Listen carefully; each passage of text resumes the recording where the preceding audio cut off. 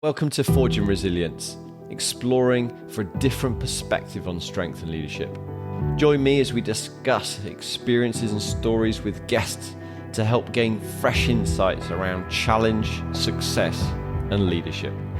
Today on Forging Resilience, we're joined by Graham House. Graham's a former RAF officer who now works in youth leadership, personal development, and social advocacy. He's involved in social initiatives to look into and understand the needs of young people, especially those coming from challenging environments. Graham, welcome to Forging Resilience, mate. Aaron, it's a pleasure to be with you. Greetings. Likewise. Thank you.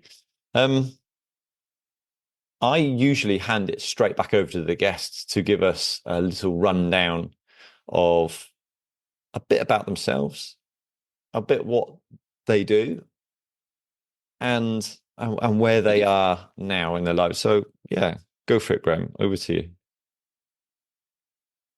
That's helpful. I'm going to dive into some vulnerabilities as well with you. Let's if go. you go back a bit, Aaron, what attracted me to your work was what appeared to be your own exploration of yourself and exploring your own vulnerabilities and contributing to others who are in similar positions but might not know it. That was interesting to me. And it comes back to a while ago. If you go back to Graham when he was 9, I've had to do a lot of work in the last couple of years to bring that individual back into my whole, if that makes sense. I've had to do a lot of work because I'd unintentionally, unknowingly isolated him way back there in a tough, dark space. And unknown to me, that was confusing and complicating a lot of my actions and behaviors over a long period of time without me really understanding that. So I recognized that. I just didn't know how to resolve that or address that. So I turned really to your profession. And that took a while to find, top drawer people. So whilst I've been preparing for this as well, thinking, well, where will we go? I've gone back as part of that journey, the sort of work I've done. I had to do an awful lot of work on myself for good reason. And I found this old school report. So my background, I'd traveled all over the world with mum and dad. I was the youngest of 4. So I grew up in what to me was a normal world, but I guess by reference was quite an unusual world to many young people. So I grew up with inconsistency, change, new ways of having to learn and adapt and apply. So that socialization requirement became quite necessary for me in order to work out where am I now. And as a young person, I don't think I really understood that. And I'm not even sure now, I'm a little older, I'm not even sure my parents understood that either. We just went with fun, was pretty much mum and dad's mission. But I grew up with a lot of adults. So mum and dad everything was really a party to them. They were great, fun characters, great role models. And I was surrounded by a lot of wise, interesting, colourful people. And that was my whole reference growing up. So it's not surprising that I get this school report as a 10-year-old that and it's really powerful to the work you're doing, I think. And it says, I'll just read you this short paragraph out. It says, Graham has established himself in class to be a character, be accepted. Was I seeking that? And to be liked by his peers. Okay, was I seeking that? However, he needs to be much more aware of his relationships with adults, where he has a tendency to be overly familiar. I hadn't seen that for like 30, 40 years. Yeah. And that explains a lot of my character when I was young, because something happened to me when I was a little over 9 years old that I guess today we'd label it as sexual assault. But it wasn't like that at the time to me. It was just bizarre. And I was too young to really understand what was going on. But whilst that didn't hurt, I felt at the time, in terms of a violation, you might be more sensitive to it these days. What hurt most was just at the point where I was confused and needed to speak to mum and dad. Dad had a very serious heart attack. And the dad that I knew for the first 9, 10 years of my life, who was great fun, sadly, because of a brain injury as a result of the heart attack, became a disturbed, troubled, angry, depressed individual. And my mother and you'll appreciate this as a parent. My mother then became very fearful of him maybe not surviving with young children, me especially. And I grew up then from the age of 10 as don't upset your father. I grew up in that environment. So that's pretty much why I kind of became disruptive at school, became unconventional at school, didn't really fit into anything, didn't really want to be at school, didn't see the point of school. I was very much a creative, ideas, fun, play guy. School, when I came back to the UK, sort of 11 onwards, 12 onwards, it was a bit serious for me, the academic expectation. I never really grasped that. And all I wanted to do in a very simple way was I just wanted to be an astronaut. That's really all I wanted to do. So yeah, as you'll appreciate, I failed all my exams, age 16, hung around for a bit trying to understand what was that about. I've kind of been labelled now and pushed down relative to my peers. That wasn't very comfortable for a young person to sort of understand. And then I was really lucky, and this comes back to a lot of the work I'd like to do with you in future. I met a man, I became a typist, age 16, 17. I left school, left home really early, on my own, lived on my own, found my own digs, found my own job as a typist. And my chief exec, my boss really, lovely guy, who's now called Lord Crisp, works in the House of Lords now. When he asked me what I really wanted to do, and I said, well, I want to be an astronaut, he didn't laugh. And I'd already been self-conscious that if you follow what you want to do, that's by expectation way up here, people are just going to dismiss you or laugh at you. And you won't be doing that then. Your potential will be influenced by the others. And he taught me, age 17, that don't ever do that in life. Don't ever take away the decision of others when it's actually your decision to follow your own belief and your own heart. Don't ever do that. And I'm really grateful that I got that education, age 17, which is the best education by far in my life so far. And I wish young people would be able to access that truism too, because it breaks all your ceilings. It breaks all your doubts. It breaks all your fears. And really what he was telling me, Aaron, was you keep going until someone else says you can't. Because they're just as likely to say yes, but you've made yourself believe they're going to say no. So you're not even going to go down that highway. So that's, in a brief summary, you could call it trauma. I wouldn't really overdwell on that. It was an experience. The sadness and the loss was not being able to explain that relationship with my father, especially my father and my mum. They never knew what happened. So I just set myself, instead of being angry or bitter or upset, right then, I'm just going to use that experience to the very best of my ability for as long as I possibly can. I'll keep going as far and high as I can until someone eventually says, that's it. And that'll probably be on my deathbed, I guess. So there's a long canter through, so a lot of stuff there. Yeah, definitely. And I appreciate you sharing that, mate. And I recognize that to be vulnerable isn't always easy. So thank you for the courage that you've shown there to speak about that, mate. In terms of that experience, was that just bottled away until, like you said, once you left the military and started to I don't like the word work on yourself, but to peel back the layers and discover who you were, or did that come earlier? It came. So I joined the military. I do all right in the military. I really enjoyed myself in the military. I was very, very lucky. In fact, my whole life has been blessed with a lot of luck and great support. I end up in a command role of a military unit. And as is now in the public domain, I got involved in an allegation of a rape case of a young 13-year-old cadet that I was expected to brush away for understandable reputational and organizational need. I get that. But the reason why I challenged it, it's not really as altruist as it might sound, actually, where some people think I did a courageous thing. No, I was mostly focused on the 13-year-old who was going to be silenced if I allowed for that. And that effectively was my 9-year-old self. And I didn't want that to flow through.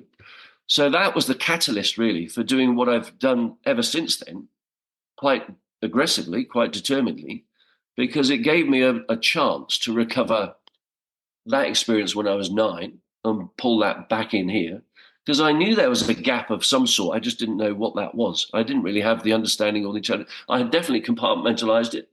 I'd locked it away. And that taught me a lot about trauma and how to deal with it, which is absolutely not lock it away and compartmentalize it. You've got to find a way to reach into that. So that's why your profession, people like Professor Mack, those kind of characters, I think they're really critical as you go through your life journey. I just wish we could find a way where we could introduce that awareness and understanding of yourself at an earlier stage in someone's lifetime. Yeah. You know, that's really the focus of mine. Yeah, yeah, I love that. And as it's one of my strongest drivers is to be able to have a certain level of conversation with the people I love, but especially my kids, about certain things, especially challenging things for us, whether that's something that I'm going through that they can understand and talk about it honestly, or something that's gone on for them at school or with a friend. Honestly, to Yep. exactly like you say, to give them 5% of the awareness that I have been blessed enough to have received as a 40-something-year-old man. And I don't wish I had all these things before. I wouldn't change things from my past.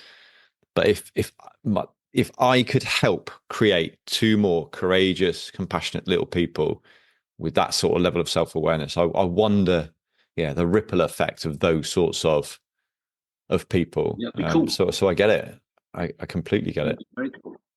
Yeah. Yeah, and that's really, Aaron, what since because of those events in the military for the last sort of 10 years, I challenged, but because I grew up with adults, as that headmistress recognized, I was comfortable with adults. I've always been comfortable with very senior rank. I've never considered myself to be beneath that. Equally, neither am I above that. But I reckon I can handle myself in any situation, whether it's the porter at the airport or the chief exec in the office. I can treat and respect and challenge accordingly relative to what does a better world look like and where do we all fit in. So I had no problem with taking on the defense board with some of these cultural and leadership challenges at all, because I felt I was representing the 9-year-olds, the 13-year-olds, the young people, the vulnerable, the young soldiers, the young sailors, etc., who are actually somewhat powerless. They're relying on the chain of command to represent them true to their needs, not your own needs. So it taught me an awful lot, actually, about not so much who I am, but who do I want to be, because it wasn't that person. So I took a huge leap of faith with, a career that could have been quite predictable. No, I'm just going to turn right and jump. And that uncertainty led me to some wonderful people in the, I call it mental fitness space. And a couple of those characters then gave me a really deep dive into me with, by invitation, come and swim around in Graham, check every cupboard, dust it out, clean it up, tidy it up, and let me see the light as to what is really going on. And that led me to do an awful lot of work, good work, to sort of circle that square. And I got an awful lot of learning from that. And because I learned so much, it was right. Now I've got that knowledge. I'm kind of obliged to apply that. I'm going to deliver on that. Otherwise, it's almost a little selfish then if you don't then use that skill set. So I've met some incredible people that I wouldn't actually have met if my decisions had been different in the last 10 years. It was very deliberate on my part sometimes arguably quite reckless, because it was completely off plan. But an awful lot of good and depth has come from it, an awful lot of value. And that's why I'm really interested in how do you inculcate vulnerability in a more positive way, in a more meaningful way for younger people, so that it becomes more normalized as opposed to fearful. You put a great post out on LinkedIn the other day about fear that was really interesting. That's right where I am, is how do you help people overcome fear and deliver more to what are you about, what do you want to be? Yeah, it's fascinating area. Yeah, your work's really, really important. Thank you, and likewise, mate. There's so much in here, Graham. In terms of then challenging the system, or in terms going back a bit, this case that was for whatever reason being tried to be swept away. How did you find that energy to keep going? I mean, I know you touched on you're doing it for the 9-year-old that you were, and you didn't want that 13-year-old to be silenced as well. But in terms of meeting, because I'm guessing it wasn't one or two characters where there was resistance. There would have been, I'm making assumptions here, quite a lot of resistance, quite a lot of noise. And it probably wasn't as easy as left or right. It would have been, I imagine, a very complicated soul searching time, even though that you knew which way you wanted to go or the right thing to do was. Yeah, we've had experiences on the operational front. That teaches you an awful lot about purpose and what's important rather than what you thought might be important. I briefly talk you through my thinking process, if you like. This I think is important for a parent as well as a child, as to influences in your lifetime and therefore the value of parenting and education. I'm in my office, 2011. I get a call in the evening. I'm usually in the office in the evening. I'm usually out with the troops on the day. Someone phones me. She claims to be the lady of a young cadet who'd been on my base for camp. None of my staff were around, so you can get direct access to me. So all my defenses by design have gone. It's just me. And she said, this has happened. And she talked me through. And my thinking, Aaron, was if you can visualize a sort of baseball or rounders, first base, second base, fourth base, I get to first base listening to her. And mentally, whilst I'm listening, I'm thinking, no, this didn't happen. This didn't happen at all. I'm quite defensive and deflective whilst trying to listen. But I keep going, and I get to second base. And second base was more like, well, if it did happen like, the way you say it, it didn't happen quite the way you're saying it. So it's not quite like that. So I'm now trying to, again, protect and deflect without accept. That was base 2. I got to base 3, which shamefully was, this is awful to share, but I got to base 3, which was, okay, if this did happen, what's the impact on me? Because I'm supposed to be in command of this lot. Right. That's not good. And that was really, all this took like 2 seconds to get through. And what got me from third base, which was the weakness in me, what got me to fourth base was, what would my mum and dad expect me to do here? And the fourth base, my mum and dad being really influential to me, was, well, you're going to do what the lady's asking you to do, which is find out what happened, which is perfectly reasonable. And you're going to take that to your chain of command, and you're going to, quite rightly, follow the evidence through a proper investigation and see where that takes us. That's what our values are all about. It didn't happen that way for the reasons that you all understand. It just gets squashed. But I was pretty determined at that point with, this is actually all I've seen operationally and systemically and institutionally. This is part of the challenge. Just like Justin Welby yesterday, you get a choice in life. You either act on what you believe to be correct and you take a hit for it, or you act true to a different faith and you take a hit for it maybe later. Either way, you're going to get hit. And that's what responsibility is all about. And you don't have to be a commanding officer, be tested there. You can be a parent trying to get through the day, every day, with those sorts of challenges. You could be a teacher. You could be a cleaner. You could be anyone. So that really gave me a deeper conviction to go upstream and work with the education systems to how do we better inform young people when I was 9 or 10, true to what Lord Chris told me, where you don't need to validate yourself to anyone, as it says in this report. Why do I need to be popular? Why do I need to be liked by my peers? Why do I need to be accepted? What's that about? That can that can really complicate you later in life if you don't really know who you are. So a lot of this was about identity. Who are you? Who do you want to be? Because I'm really pleased when I was tested by the mother that I didn't duck it. I was really pleased I didn't do that. The reasons for it might be, not quite pure, but nonetheless, I got I hit a lot of headwind, as you can imagine from there, but that's fine. I understand. Yeah. Out of curiosity, Graham, where did that go? Very sadly, and this is fascinating, because I was a commanding officer, I had the legal duty of care for everyone on the base. I had a legal remit to protect me. I didn't have the rank to fight off the chain of command, who were quite directional. I didn't have that rank, but I had a legal duty of care that they didn't have. So I played my legal card. Someone very clever baked that into the chain of command setup. I applied that, which allowed me to take the investigation out of the military into the civil space to try and secure independence. And sadly, the RAF instructor that had committed the crime went to prison because of that.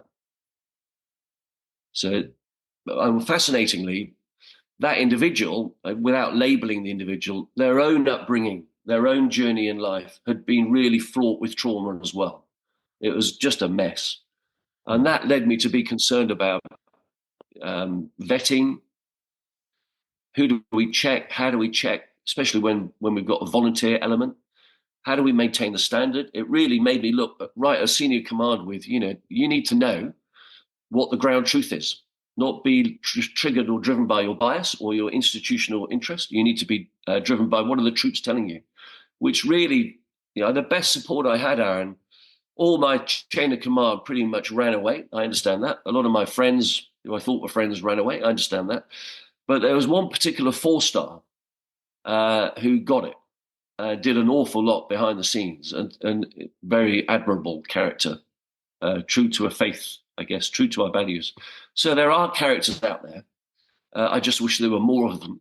And that led me to do a lot of the work upstream with how do we help leaders become more authentic, a little more courageous, a little more moral in their decisions, more people focused, more caring focused, more loving.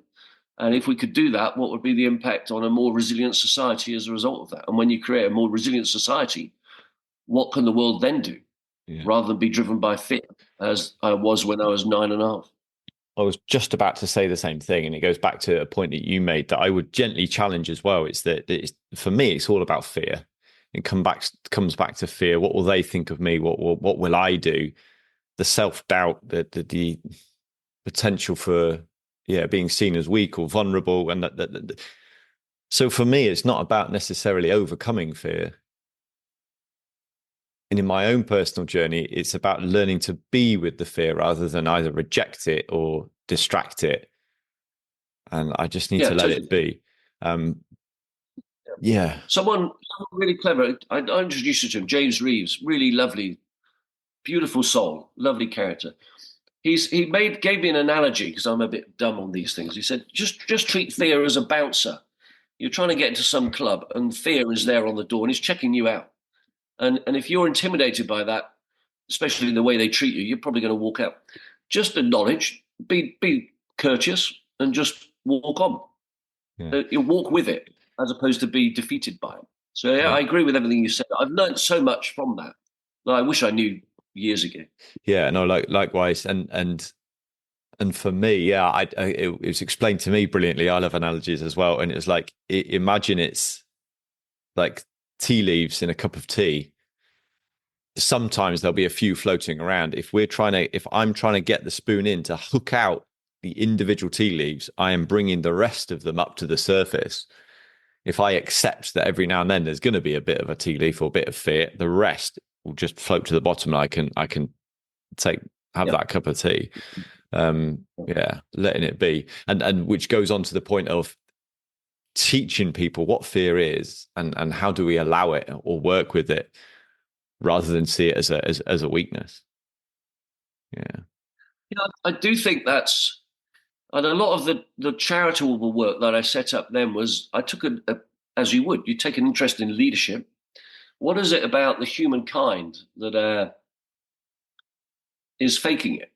Once you get into a position of leadership or senior management or an executive role, when you're tested, why are we seeing institutional weakness at this level and the impact on society? Why are we seeing that?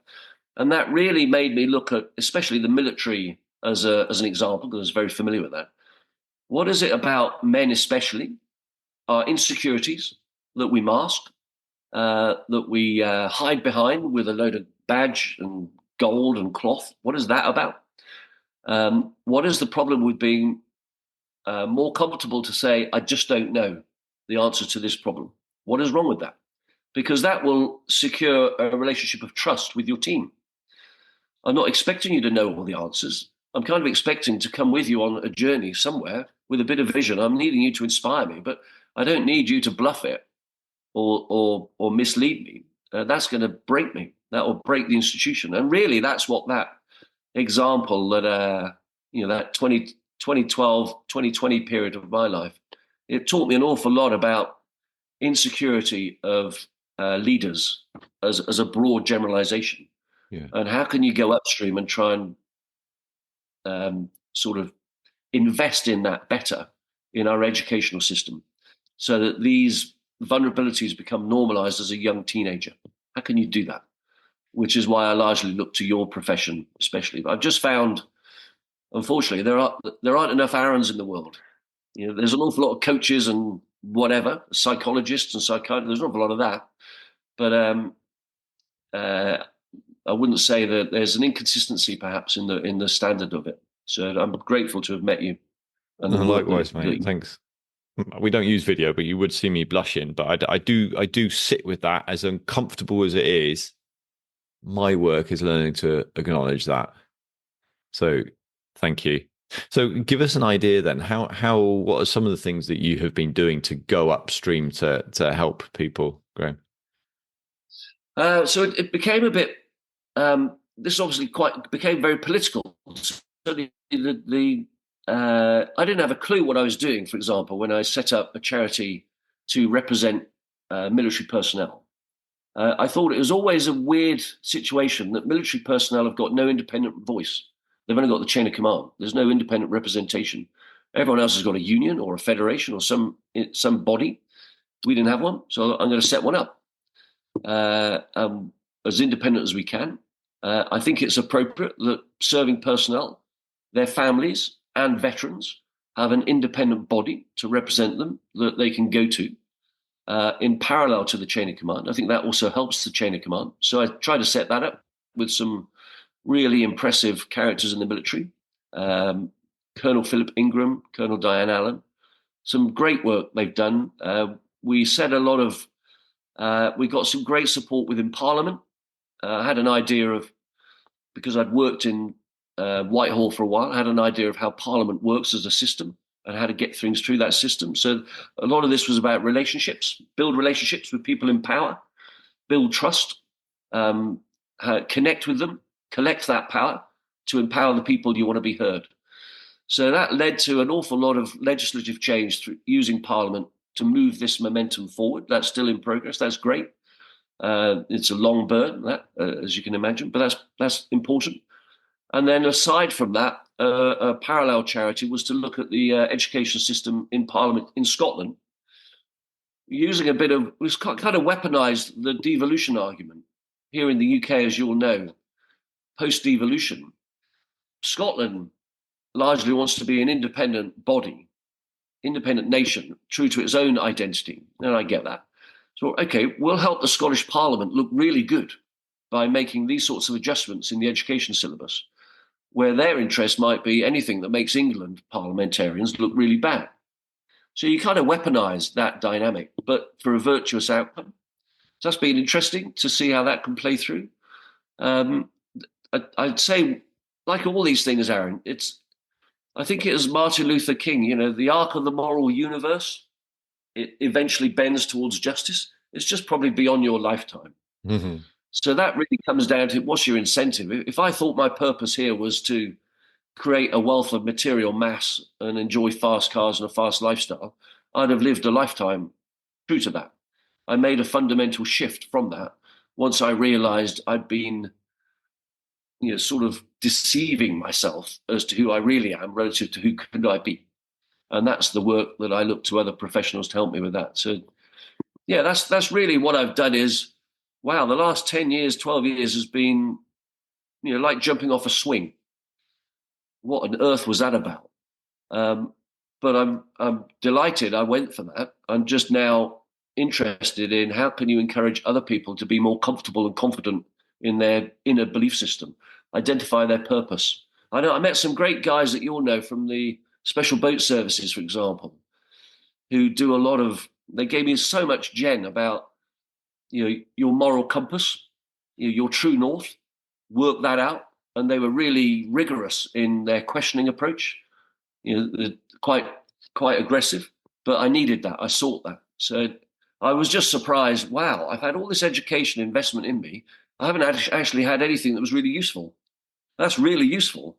And it came to me almost by chance, so by coincidence. So, yeah, I'm very much focused on, and the organization we're soon to set up with a team that's working with me at the moment is really focused on this sort of upstream challenge. How do you go upstream and affect positive change for a stronger society rather than play downstream where you're actually part of the symptom? How do you do that? There is a way to do that, and we're just working through that problem, if that helps. Yeah.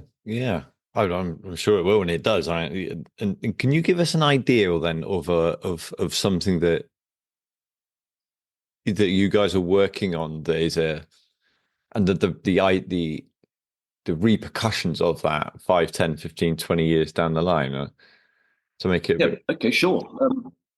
There's a wonderful individual, a lady called Dr. Alice Loving. She's based in Surrey. You could label her as a social worker for a profession. She does an awful lot of work. I'd say it's the last intervention point on family cohesion. And she helps young parents understand their young infant in the way that they communicate. So there's a relationship that she plugs that gap where there's often an absence of understanding. And if she's effective in that, as she is, as she can prove, as the system can prove, you retain the family unit as one because it's stronger with that understanding and that knowledge and that educational uplift. If you don't do that, you watch family units break down. Young children, worst case, go into care. There's a cost to society on that. There's a cost to the parents of that. Families break down, relationships break down. All of that is incredibly destructive, not just to the individuals, but to the employment sector, to the social sector, to the health sector, probably to the judicial sector. It has a lifetime impact, and that comes at huge cost financially to society as a whole. So we look to work with people like her because she loves doing that work, and she's really good at doing that work. But what she doesn't love doing is trying to get funding for it. That's not what she's great at. So if we can find a way to commercially fund that profession to do that high impact for society, that adds huge value to society, but it also adds huge value to the commercial sector. It gives them a strong narrative that they're actually, their corporate social responsibilities and environmental and social governance obligations, they're not just saying it, they're doing it. And that's actually what I expected of the military. If those are our core values, you live and breathe them. You don't just put them on the shelf when it's convenient and apply them. It's every part of your fiber, and you need to inculcate that across the whole spectrum, not just in the ranks, but across society as a whole. So Alex Loving is a really good example of a pilot study, for want of a term. If you invest in Alice, and she does that full time, the impact she's having for society long term is measurable in a really simplistic way. But you can't do Alice's work on your own. If you just focus on social sector improvement, that's not going to work. You're going to have to take a whole systems approach. You're going to have to work with people in education. You're going to have to work with people in health. You're going to have to work with the same policymakers in the judicial space. You've got to bring all those partners into play for a common objective. And that's sometimes, you've seen it in the military yourself, sort of, intelligence here is J2, and yet J3, the operational space is here, and J5, they all live in the silo bit. You want to cross-cut that quickly and pull them all in. And there's resistance to that. So that's really what our organization is going to try and do, is that when the system is that, if that makes sense. Yeah, I love it. Whilst it strikes me as is really interesting, really beneficial and rewarding work, Graham, it also, there must be a reality of an uphill battle sometimes. And I'm curious to know your purpose, or what is it that you hold true to you, even when rejection, failure, mishaps, doubts come along, as they inevitably will have done and have done. What's it you hold close to get you back up to keep taking the next step forward? what I really enjoyed about flying, is really humbling when you introduced me as a former RAF officer. Um, because a lot of my former RAF officers who were also pilots would always introduce themselves as ex-pilots in the Air Force. Whereas I always held a view, mate, you're an officer first, you're a pilot second, and before the officer bit, you got a name. So your identity to me is Graham. I just happen to be an RAF officer, and I just happen to be an RAF pilot. That's all happened to be. I'm flipping Graham, and I'm still working out who Graham is. But if you focus your identity on a pilot, you're going to unravel at some point because no one's really interested. So in answer to that question, what I was very comfortable early on, and my exams taught me that. I'm comfortable with rejection. I'm comfortable with failure because I see it as an invitation to learn from that and apply, reevaluate, and go again. I've been lucky enough to given the chance. I didn't meet the standard. Okay, what do I need to do in order to improve it and try and get to that standard? If I think that's still the direction of travel I need to go in. There's a great poem, and the flying world taught me a lot about spirituality because you get this sort of sense of majesty as you appreciate with, wow, this world is just flipping amazing. It's just enormous, and I'm in it. Wow, what am I going to do? I just practice landing on clouds. Gives you a sort of, this is godlike. Wow, there is a magic power here. Very intoxicating. Just don't let it go to your head. But it got me interested in literature. And there's a great poem called The Guest House that really tells you, encourages you to, when people come in and criticize you, embrace it. When people come in and tell you and steal all your sort of values and all your sort of character and all your, and they discredit you, embrace it. It's an approach of life. And this is why you will understand this more than most with your background. If you can discipline your mind to an outcome that's going to happen and it's going to be just fine, then the fear falls away, as opposed to being intimidated by it or being upset by it or reacting to it badly when it happens. It's inevitable. It's going to happen. If you want to be around in this life and contribute to a better purpose, then you're going to get hit. That's the nature of it. And you've got to find a way to, what I would call, there's another quote that I use a lot: a sunny disposition is no match for a rainy day. You always look for the positive. Don't delude yourself in a sort of bizarre, colourful way that it's all right. That's the think lucky. You got to actually examine that. What does that look like? So in the business that we're setting up, because I know I'm pretty useless on my own and I'm still working out who I am, I've always surrounded myself with people who are better than me, really capable people, because they've got more chance of delivering what I'm thinking about or talking about. They know better than I do how to do that, and they'll adjust accordingly. So I love sport, but I never really play to win. I play to be better. So my experience in especially tennis and stuff like that, I like tennis. I don't really enjoy winning because that's not pushing me. I really enjoy trying my best and being better for it. And that probably means I'm going to lose the match, but I'll be better next time. And that it's like scaffolding, I suppose. It kind of lifts me up a bit in terms of where can I really go. So I guess that comes back to that school report. I'm really confident that I had an overly familiar with relationship with my teachers and the adults, because that I'm naturally going to look with who knows more than me. That doesn't mean you're right necessarily. It just means you've got more experience. I'm going to absorb all of that and then think about it, then apply it and keep going. So I guess that loosely defines my sort of perfectly imperfectness, for want of a term. Yeah. Still working it out. Brilliant. Aren't we always? Something I've been working through for the last couple of months with my mentor. Who am I? And at points, so stuck on that, so stuck. And the other day in conversation, I said something and she started waving her arms around all over the place because I used a description of myself that wasn't labels, it was feelings. Yeah. So. It's interesting the feeling. Just to add on that, Aaron, this guy I did some work with James Reeves. He really we worked it out as well. It was an invitation of him to deep dive in me and work out my feelings, not what I thought, but it was very painful. There were a lot of tears because we were going into areas that I'd never explored before. And he had a lovely, gentle approach to that. It wasn't judgmental or critical. It was enlightening. And once you see it, but that was my objective with who am I? Who am I really? And who do I want to be? Because it wasn't quite complete. It wasn't, I knew it. I just didn't know how, and I didn't have the map. So I was looking for people constantly. Who's got the map here? Who's got the map of that?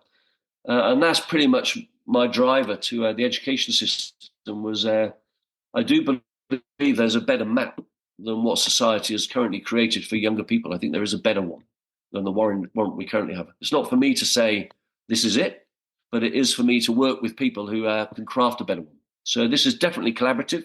It's definitely cooperatively, and it requires similar people that I've been lucky to meet in their own experiences of life, who just try their best, like you do, to contribute to a slightly better day tomorrow. It's nothing more.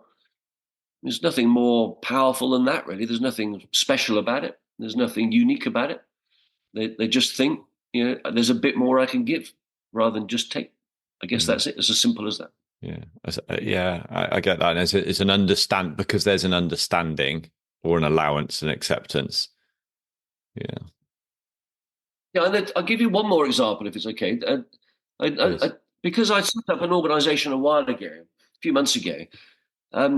There were some problems in it. I intuitively I knew there was a problem in the structure. I just couldn't quite work it out. Relationship issues, especially.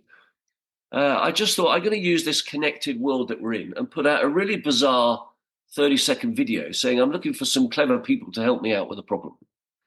So it was as wacky as that. And some really impressive people just came to me to help me through it. And as soon as they told me, because I had the emotional baggage that they didn't have, they took me there. There's your problem right there. And one particular guy, Alistair Wiggins, incredible human being in terms of social housing and the work he's done there to alleviate homelessness by being clever rather than procedural, by being human rather than systems, by being sensible rather than blunt. Just a lovely character and very intelligent in the way he applies it. But a bit like that Rudyard Kipling poem, If, not overly so in a way that just makes him look like he's just too clever and unrelatable to anyone else. Like yourself, very relatable, very relevant, very recognizable. Well, you can do a lot with people like that. So, yeah, that's one of our areas of interest, obviously, is homelessness, not just in the military community, but society as a whole, suicide, all these things that destruct or destroy or disrupt someone's potential. They kind of get my interest. What can we collectively do better to help an individual get to their true sense of purpose and belief? What can we do better? Or just forget it, stay on the hill in Scotland and just live my own life and run away? Could do that. It's just not in my nature to do that. That was evident to me when my teacher told me that.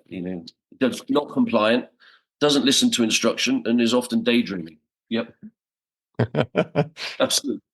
Love it, mate. Love it. Graham, as we start to wrap up, is there anything that you feel compelled to share what you'd like to put across before we start to finish up, mate? I think thank you for that. I think this issue with the resignation of the Archbishop of Canterbury, the head of the Anglican Church in the world, has disturbed me a bit. I'll tell you why it disturbed me. He had a podcast similar to yourself a few years ago with 6 really clever people, one of which was the Chief of Defence Staff, who at that time, we were like that on issues of ethics and morality. Not that I'm the authority, he probably is by appointment, but I felt there's something wobbly. So it's fascinating he's resigned. It's easy in the modern day to judge and blame and criticize and hurt. It's very easy to do that. I'm much more gentle in my approach to forgiveness and understanding and caring. And I think all I'd summarize in for anyone really who might be listening, or work that you're doing today with other people and yourself, I understand a lot more about what being kind means, including on yourself, and not being kind as an instruction, because people will probably resist that. This comes straight back to something you said earlier about feelings. Try and connect with your inner self and your inner feelings, and go with them. Go journey with them, explore them, and be comfortable with the vulnerability that they will declare to you. Be vulnerable with that, which all comes back to the work that you're doing, which is highly relevant, highly relatable, and really important. So yeah, keep going. Thank you for doing it. No worries, mate. Thank you for the tip of the hat there, Graham. Graham, where can people find you if they're interested in reaching out or connecting with you, mate? I'm on LinkedIn, on that social platform. Most of the work we do is leadership. I use that word very loosely. Leadership focused. We're trying to influence sort of senior decision makers, so people can easily find me on that. Very soon we'll be on a company website that's about a setup, but that will all come through the LinkedIn project. So you'll also see me on the public domain on some of the work I did in the military. If you just type in Graham House RAF, that will send you off into the connected world, and you'll see some of the stuff that I've done. And if anyone disagrees with it, I'm really welcome with that conversation as well. It doesn't mean what I did was right or wrong. I just had a point of view, and I was in a position where I could do something about it, so I did, right or wrong. Brilliant. Graham, listen, thank you so much for your time today. Thank you for your courage. Thank you for your vulnerability. Thanks for the work, the valuable work that you're doing upstream for so many people, mate. It's a great pleasure to have you on our show and get to listen to you today. So thank you for being you. Keep up the fight. Love to the chickens. Take care, Aaron. Brilliant.